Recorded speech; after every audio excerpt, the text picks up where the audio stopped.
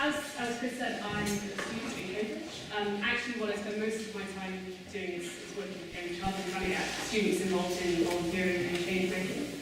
But some of my time is spent doing my degree, which is in social anthropology and politics. And on the politics side of my degree, there's something that I thought I might just share with you. I've spent the last 2 years being supervised by an emeritus professor who's very serious about his job in basically thinking about political thought and political philosophy and trying to vision what the alternatives for our society are. And for 2 years, every fortnight, I have slaved over an essay for him. I've read everything I possibly could. I've thought as hard as I possibly could about it, and I've written him something that I thought was a total load of rubbish, and often so did he. And we'd sit in supervision, and I'd say, okay, so Rawls, or Nietzsche, or liberalism, or anything that we can pick up. And every time he'd say, yeah, I mean, some of this stuff's good, but it doesn't really lead us anywhere. And for 2 years, I write these essays and I think, there must be something in this. Rawls must have said something about justice that we can use, or Marx must have said something about inequality or class that's actually useful. And every week, I go to supervision and say, well, there's a little bit that's worthwhile, but not really anything that we can grasp. And literally last week, after 2 years of this, kind of leaving supervision and thinking, what is the point of the world? Where are we going? I said, John, that's his name. I said, John, what do you think, what is the point of this stuff? I mean, why am I studying political philosophy if none of it works? And, I mean, he, in his typically rather self-assured way, because he is an emeritus professor in Cambridge and you have to be somewhat self-assured to get to that kind of position, said basically, well, I mean, it's basically about the stuff that people are really doing in the times that they're really doing it, which was probably what I needed to hear, because I'm about to introduce a whole group of people who are doing stuff in real places, in real times, that is seriously doing stuff. And I'm terribly excited about it, because basically it's the only way we're going to get anywhere with kind of politics that actually matters. So I've got 3 and a video wonderful panellists tonight. The first of which is Macfadyen, who was one of the initiators of something called Independence of Truth. I think I'll probably save you the details because he's going to talk about it, I'd also ask you just to save your questions till the end, and we'll have about half hour for Q&A. So scribble them down and write them in your notes or whatever it's going to be. Thank you.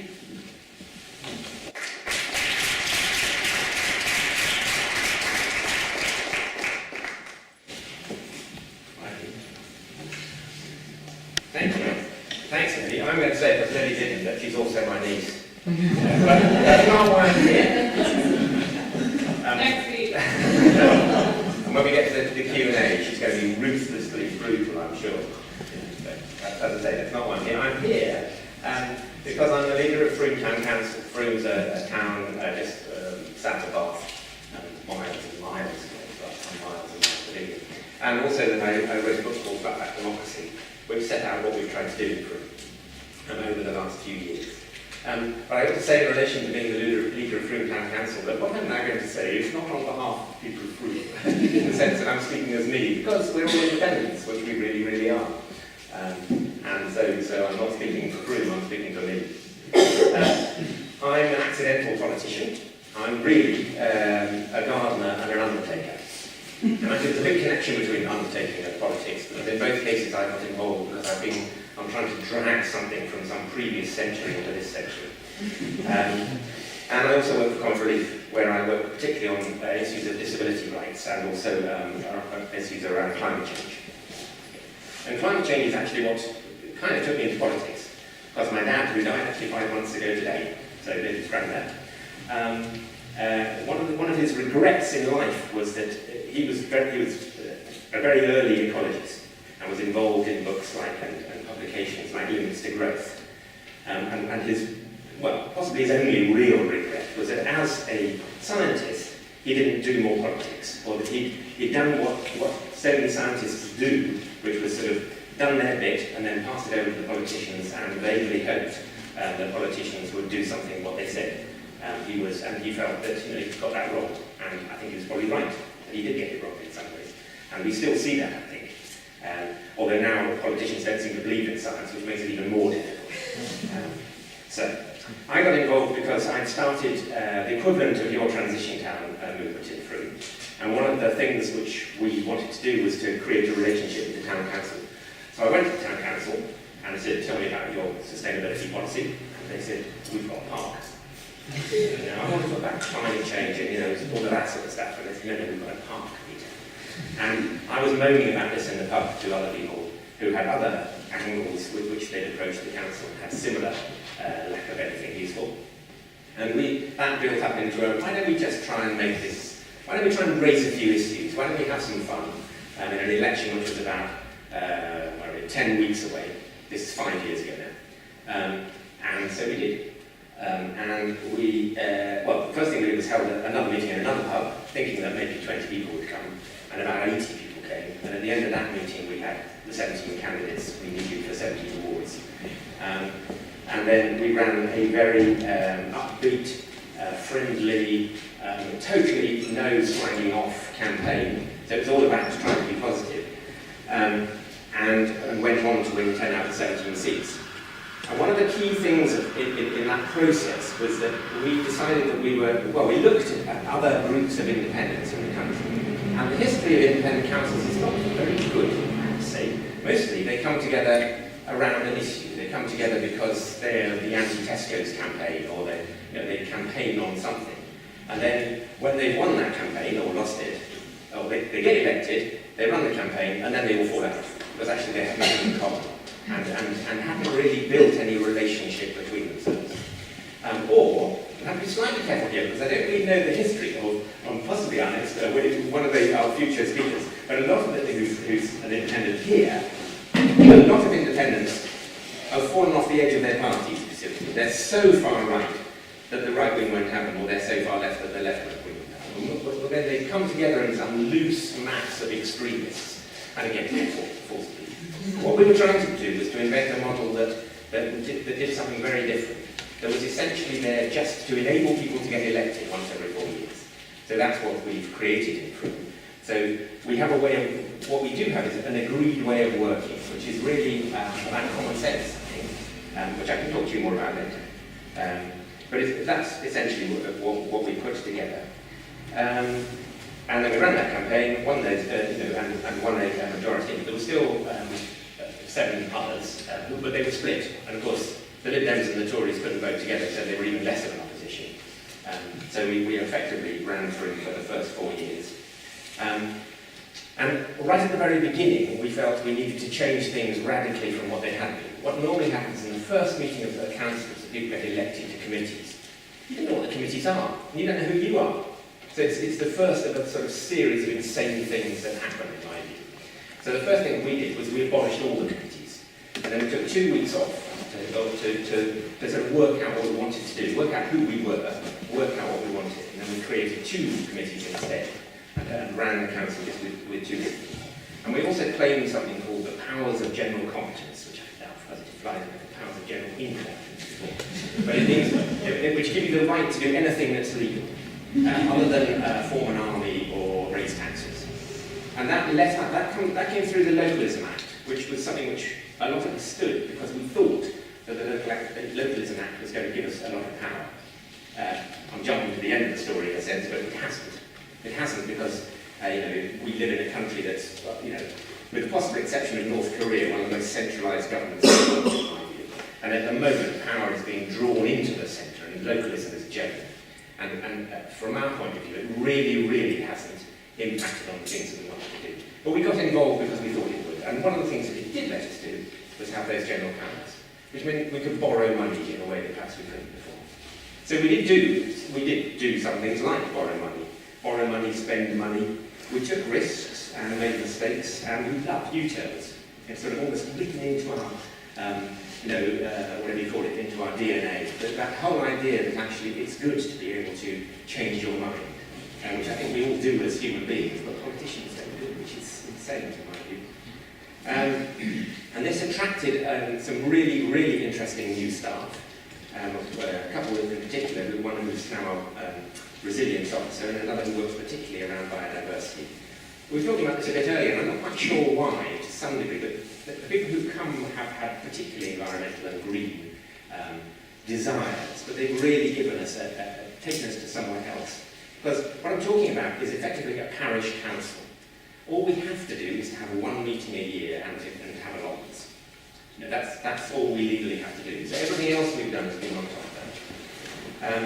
And then now what's happening, because of austerity, is that we find ourselves drawn into issues like mental health, housing, poverty. We started a separate charity that runs a lot of work around poverty and lobbying around poverty. So we sort of did all that for 4 years, and then stood again. Now I thought that no one would stand against us, because it's a small town, everybody knows everybody. You'd have thought they'd have gone, hey, you're doing a great job, that's fine, we'll go and campaign somewhere else. Actually, 47 people stood against us, which was quite interesting. But of course, one of the things they did do was split their votes, because for the first time ever we had UKIP at this level of government, who pinched quite a few Tory votes, which was quite useful for us. But anyway, so there was a huge upsurge of democratic engagement at that point. And as I say, I really hadn't thought that anyone would stand for that sort of reason. And I'm pleased to say that that second time we won all of the seats, all 17, with 58% of the overall vote. Which was actually, in one sense, more difficult than the first time. It was easy enough to come along and say, look, we're going to be different and it's going to be fun and we'll sing songs. To have actually done something which people then went, we like this. I felt much better. I wasn't going to go to the cabinet because I thought it was all going to go wrong. But actually, it's good theatre, accounts, especially when you win all the votes. I know I shouldn't say that. No, but it was a good moment. The other thing I wanted to say about that is that 60% of people at this level of government, at the district and town and parish, are not elected in Britain. So actually having elections at all is quite rare. The vast, 60% of councillors walk in because no one wants to do it. And frankly, why would you? But even a normal council. And actually, that's one of the other things I wanted to touch on, and hopefully be useful for later speakers, is that why would you? Because we do have a system, particularly higher up, which is insane in my view. And I don't understand. Well, I just wonder how long we're going to carry on being British about it, really, and allow a system where, the Tories got a third of the vote, not even that, a third of the people who are registered to vote, and then now with their majority of 12 behave effectively like dictators. But we seem to put up with that. And we have a situation, with the SNP in that last election got 56 seats. So almost exactly, pretty much the same number of votes as the Greens, who got 1. It's like, this isn't working. But yet no one surely is going to change it, while it benefits them. And that's a real problem, which hopefully we'll come on and talk a bit more about. I spent quite a lot of time with two people from the Danish Alternative Party early last week. And they have we don't have to have our system. They have a system where if you get 2% of the votes, you get representation. And that's the way it works. You all vote, and then you sort of stack it all up and then share it out depending on who voted for what. The Alternative Party having nine people now. I've got a few other little things I want to say, and then draw to a close, really. One of them is that I find it very difficult to see how the system can change. I don't see it changing through a sort of violent or a way of doing things, particularly because where that has occurred at all, it's been stamped on so hard. And I do think that it is the system which is the problem. I'm not at all convinced that even if Jeremy Corbyn was in power, it would make that much difference. I think that's the real problem that we've got, that the upper tier of our government is basically totally unfit for purpose and dysfunctional. So going back to the beginning, in a sense of what I was saying, where I think that leaves me is that what we have to do is to do what we can at the local level and to try and change the lives of people in a day-to-day sense. Hence our involvement with Fair Fruit, which was that charity that does work on poverty.